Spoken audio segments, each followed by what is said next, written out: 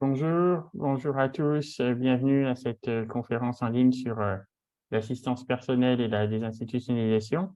Je suis Étienne Membrive, président de l'association Coordination Handicap et Autonomie, et je serai avec vous cette journée.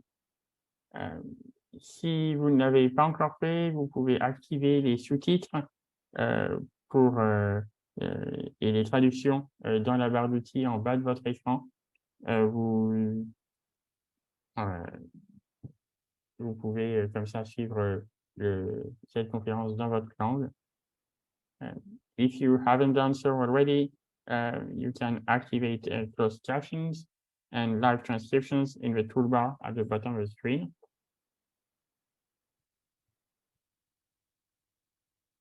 La conférence est co-organisée par la Coordination Handicap et Autonomie, aussi connue sous le nom de CHA, et par ENIL, le réseau européen pour la vie autonome. Elle a été financée par l'Union européenne. Pour le programme, la journée se déroulera en deux parties. La session du matin durera jusqu'à 12h30, heure de Paris. Nous ferons une pause d'1 heure jusqu'à 13h30. Et la session de l'après-midi, les interventions continueront ensuite jusqu'à 17h. À la fin de chaque intervention, un temps dédié sera prévu pour répondre à vos questions.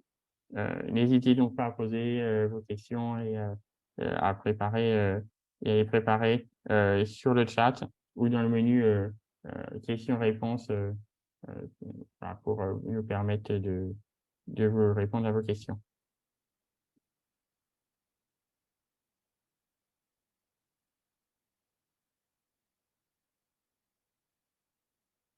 Et avec ceci, nous allons pouvoir accueillir notre premier participant.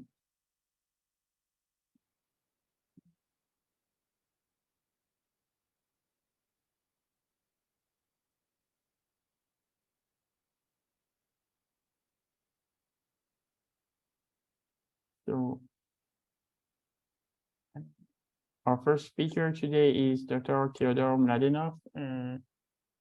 Teodor, can you open your microphone and camera?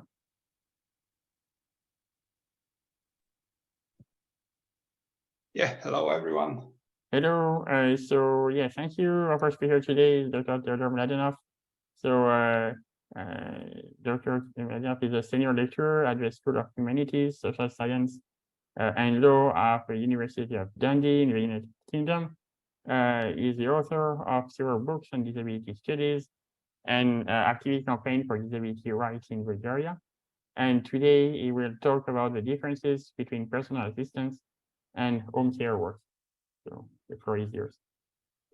Thank you very much. It's great to be here and to be able to open this conference on a very important topic, personal assistance. Personal assistance is a key prerequisite for independent living. So let me first try to share my screen because I've prepared a few slides. Can you see it?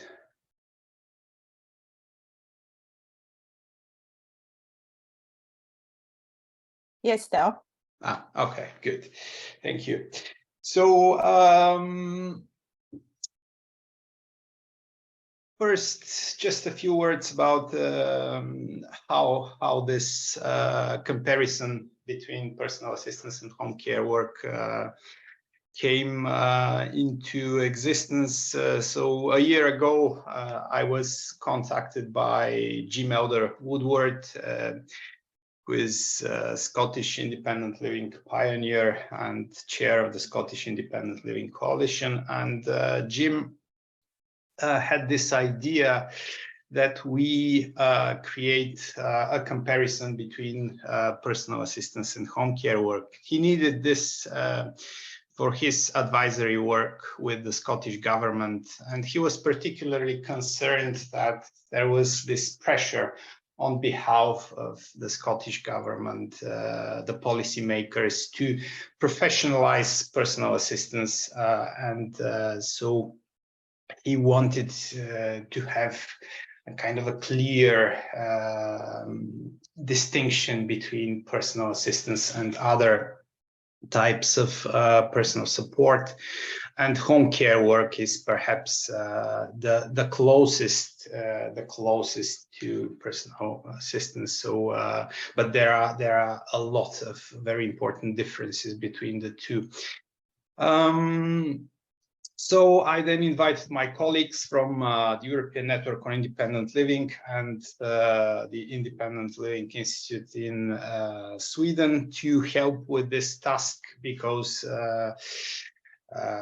these are the people who are the experts in personal assistance, and together we created this document that compares the two forms of support that I will present to you now. It also influenced the more recently published Mythbuster on personal assistance by ENIL, which is available from the ENIL's website, and is another great document to consult when thinking about what personal assistance is. Our reasoning was that personal assistance is, first of all, very important for independent living. So it's widely considered to be a key prerequisite for independent living, not only by the movement, but also by the United Nations Convention on the Rights of Persons with Disabilities. In its Article 19 mentions personal assistance as key for independent living and inclusion in the community, and also personal assistance is defined in a lot of detail in General Comment number 5 of the Committee on the Rights of Persons with Disabilities. So we think that it is essential that policymakers and people who manage disability services have a clear understanding of the different elements that constitute what we call personal assistance, because it's not a single thing. It's a complex support system. One way to define personal assistance is to compare it to home care work, and this is what we will look at now. So we first started by creating, or rather including in the document, some important definitions. And of course, the first one is of independent living, and we defined independent living as empowerment of disabled people to have choice and control in their lives and to live in the community rather than be segregated in residential institutions.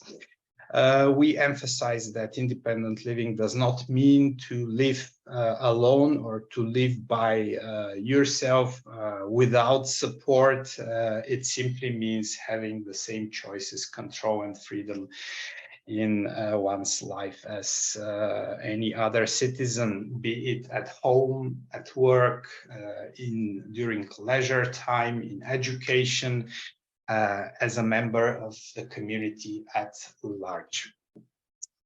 We then also provided a brief definition of personal assistance as direct one-on-one support a disabled person requires to achieve the same range of self-determination, opportunities, and activities as a non-disabled person, to have the same degree of choice and control over their life as non-disabled person.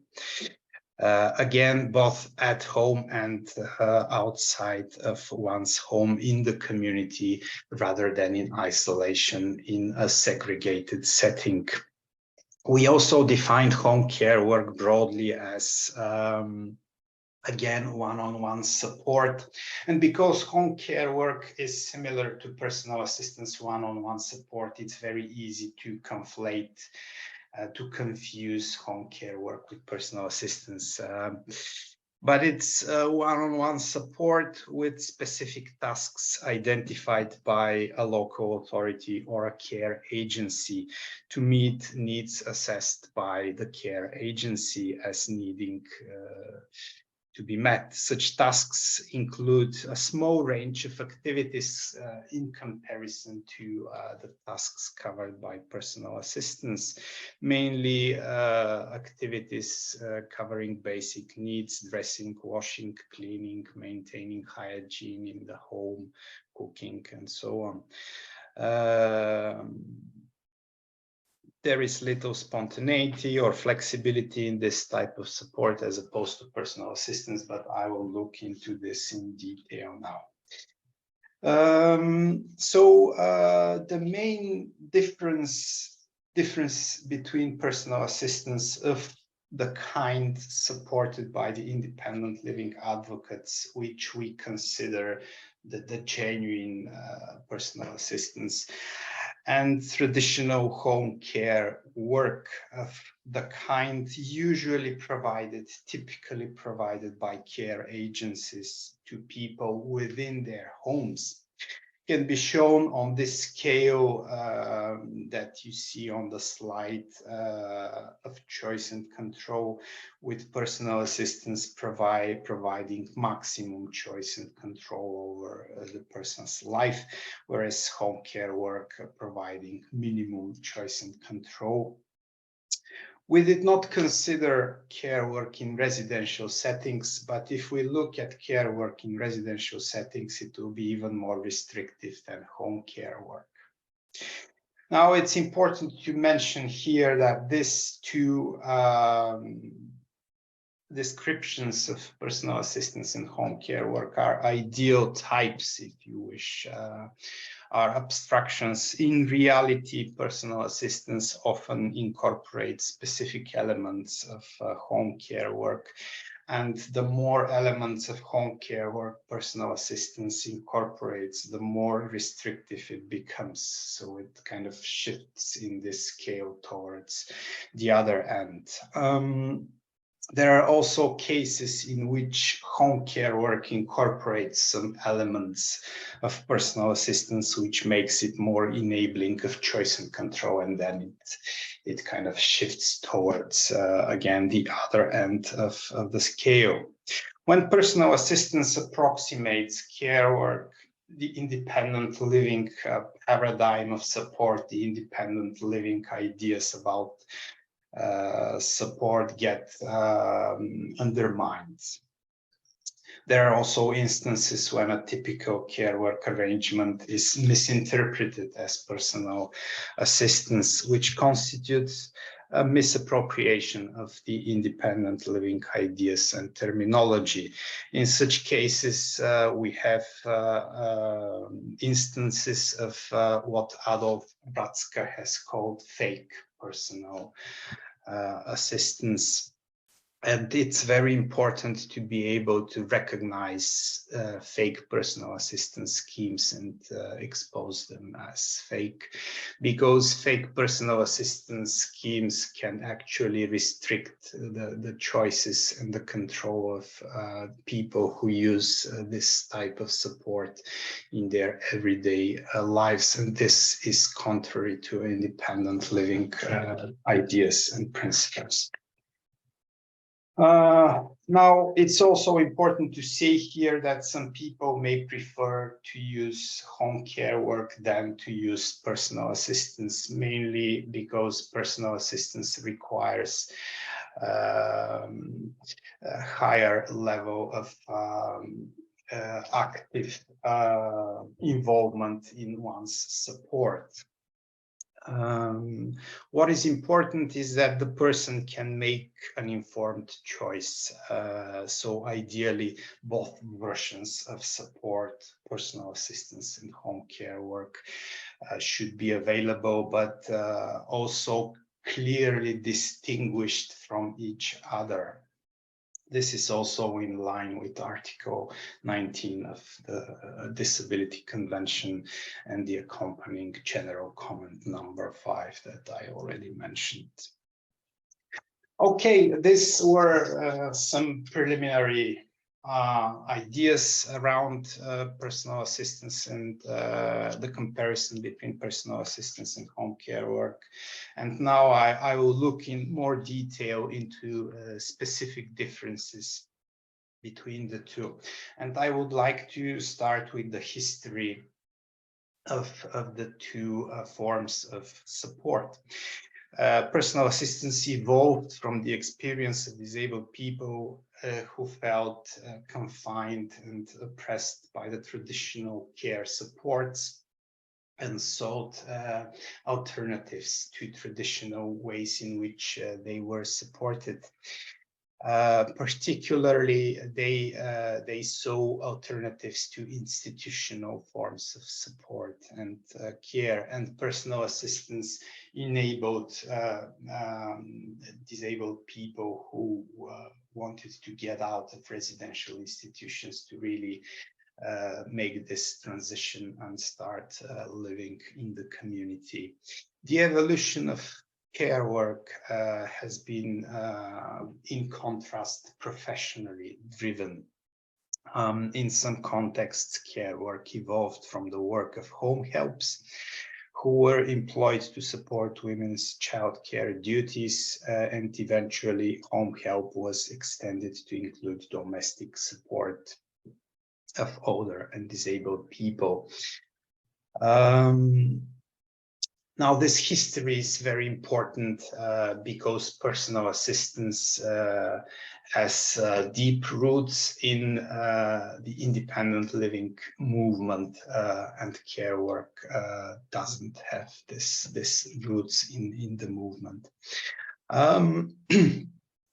The next point to make is difference with regards to control. It's a kind of an overarching difference, a difference that summarizes all the other differences, and it's a very important difference. Personal assistance users, the people who use personal assistance, tell the personal assistant what, how, and when to do. So this means that the personal assistant user retains maximum control over the support that they receive. Now, for people with intellectual or psychosocial impairments who require additional assistance with making choices and being in control with expressing their preferences, it's important that they have access to support with decision-making and to peer support in order to be able to effectively use personal assistance. So we consider supported decision-making as an important part of the ecosystem, if you wish, that maintains genuine personal assistance. Now, with regards to home care work, the what, the when, the how, the who of the support are determined by the care workers employing agency. They are determined basically by the service provider, and this is why we defined home care work as providing the user with minimum choice and control over their lives. It's the care agency that controls the support and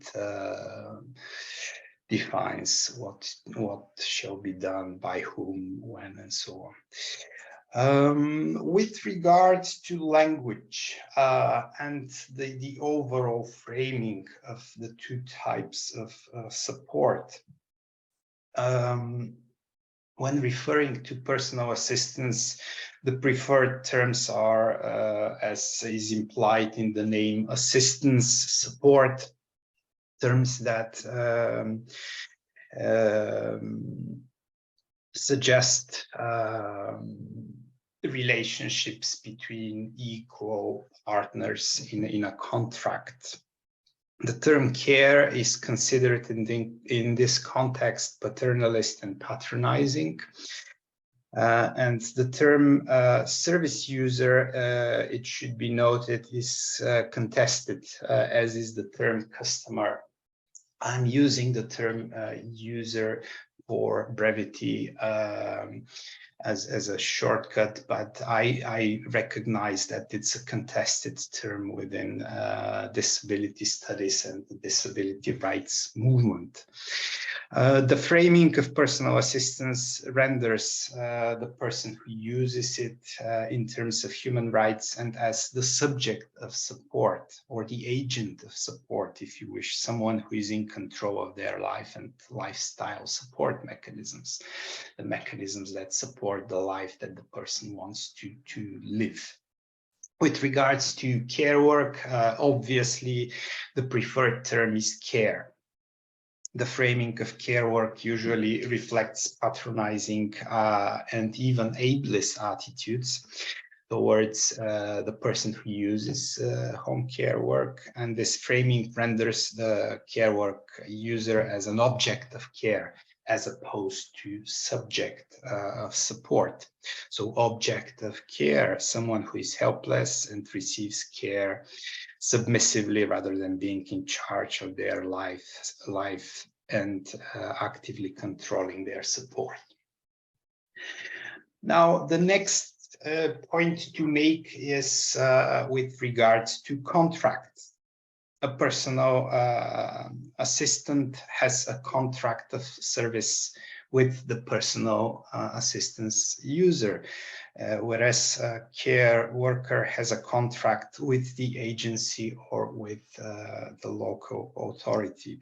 Now, as we will see in a minute, the personal assistant user can delegate some of this contractual relationships to a third party of their choice. But it's important that to consider the two main sides that agree and enter into the contractual relationship as the personal assistant and the personal assistance user. With regards to employment, personal assistants are employed by the personal assistance user.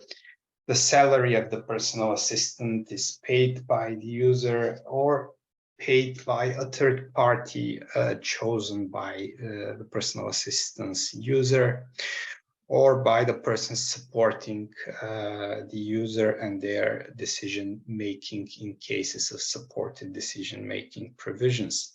As an employer, the personal assistance user is also responsible for paying tax, for paying insurance contributions, employer contributions, and support with organizing all this payroll activities is best provided by peer support groups such as Centers for Independent Living or Centers for Inclusive Living, as they are also known in the United Kingdom.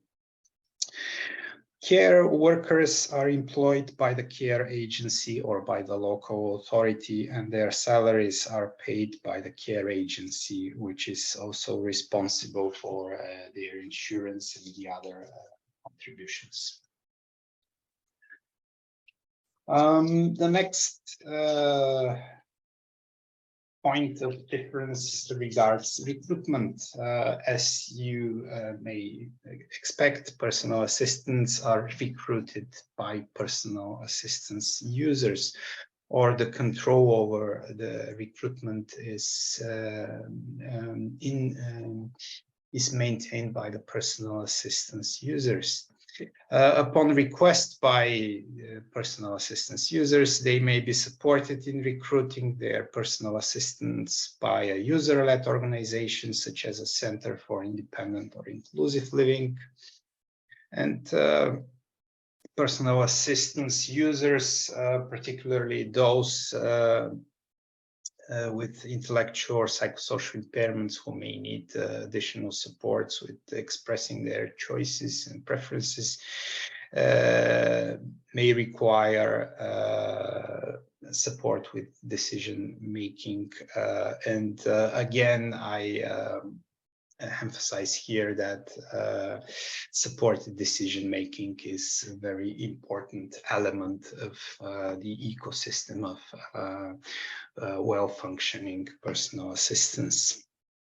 Care workers are recruited by care agencies or local authorities, as already has been mentioned. We then go to the area of qualifications, which is one of the terrains on which a struggle of control, if you wish, is happening, because having the ability to define the qualifications of the person who supports you is really key in terms of having control over the support. Now, the qualification requirements for personal assistance in terms of the experience, the skills, the abilities, the values of the person who provides assistance are determined by the personal assistance users. And there are no predetermined lists of qualifications, because even every personal assistance user has different requirements. So they cannot be captured by one-size-fits-all qualification lists. Therefore, certification of personal assistance is generally avoided. Theodor, I just say we have 5 minutes left. Yeah, good. Thank you, Tian. Yeah, thank you. I'll be quicker.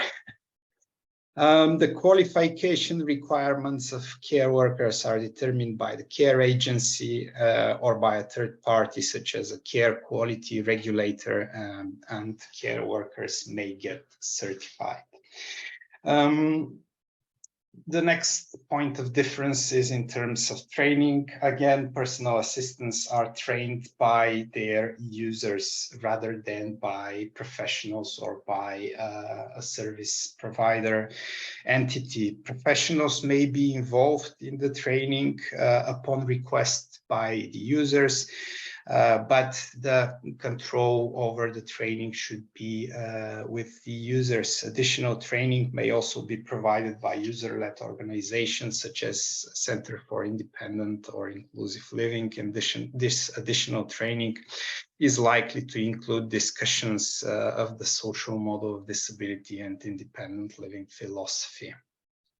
Care workers, on the other hand, are trained by professionals, other care workers, social workers, occupational therapists, nurses, and so on. Sometimes there is a hierarchy of qualifications for care workers, which is linked to their pay. Professional training is normally given on a general basis and does not involve the care work users themselves. In most care work trainings, the care work user is seen as the object of care, as I already mentioned, in concert with the general concept of this type of support. I will skip management. I will just say that peer support is another very important element of the ecosystem of well-functioning personal assistance. Upon request, personal assistance users may be supported by peers or other personal assistance users in managing their personal assistants, and peer support is usually provided by user-led organizations such as Centers for Independent Living. Care workers, on the other hand, are rare. Care work users, on the other hand, are rarely provided with access to peer support, if ever. Now, the tasks in the one case are determined by the user, in the other case are determined by the agency. Again, we have this tension here. this important difference with regards to control, and this applies to timing as well. Personal assistants work flexibly, whereas care workers tend to work fixed hours. For example, a care work user may get 4 hours of care per day on weekdays only. And this is another defining feature of care work, home care work.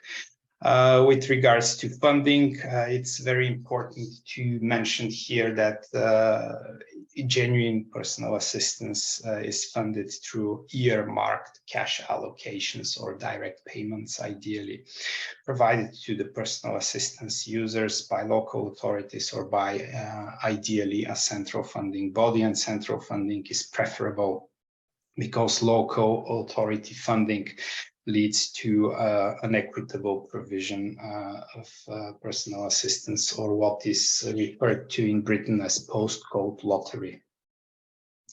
Care work is funded through block grants, tenders, or other contracts provided to care agencies by local authorities. The user doesn't have any access to the funding for their support.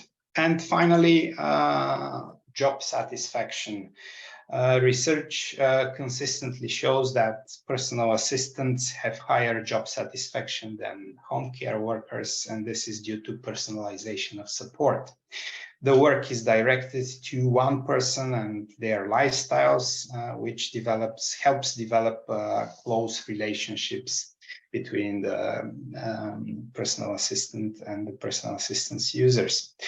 The lower job satisfaction of care work in comparison to personal assistance is due to regimentation of tasks, discontinuity of support, demands for traveling, and lack of personal relations with the person being supported, or rather lack of an opportunity to establish strong personal relations. So this is what I had to tell you. The document itself is available from ENO's website or from ELI's website, or you may simply Google difference between personal assistance and home care work, and then you will see the document in the search. So thank you very much for your attention. Thank you. We have one quick question. So if so from someone in the audience, the question is, if in the end we find funding, we develop funding for personal assistance, and we close institutions, in your opinion, do you think we will find enough personal assistance? Yeah, it's a good question.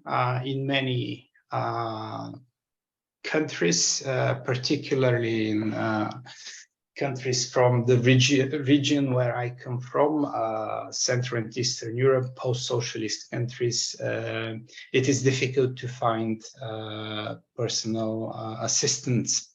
One of the reasons is that post-socialist countries in Central and Eastern Europe have experienced a very high level of care migration. So care supporters and people who may work as personal assistants have migrated to Western European countries, and this has diminished the availability of people who may provide this support in this context. To cope with this difficulty, it's very important that personal assistants get good working conditions, including good hourly rates. So the better the working conditions, the more easier it will be to find people who are willing to work as personal assistants. So pay is essential in this case. But it's a good question. Of course, the institutions themselves, they feed a lot of people. So this is one of a lot of people are employed in institutions, in other words. So this is one of the difficulties with closing down the institutions as well. So there is an employment question there to be considered too. Yeah, thank you very much. Unfortunately, we have to go to the next speaker. Thank you a lot for your time. Thank you, Tian. Thank you. And so our next speakers,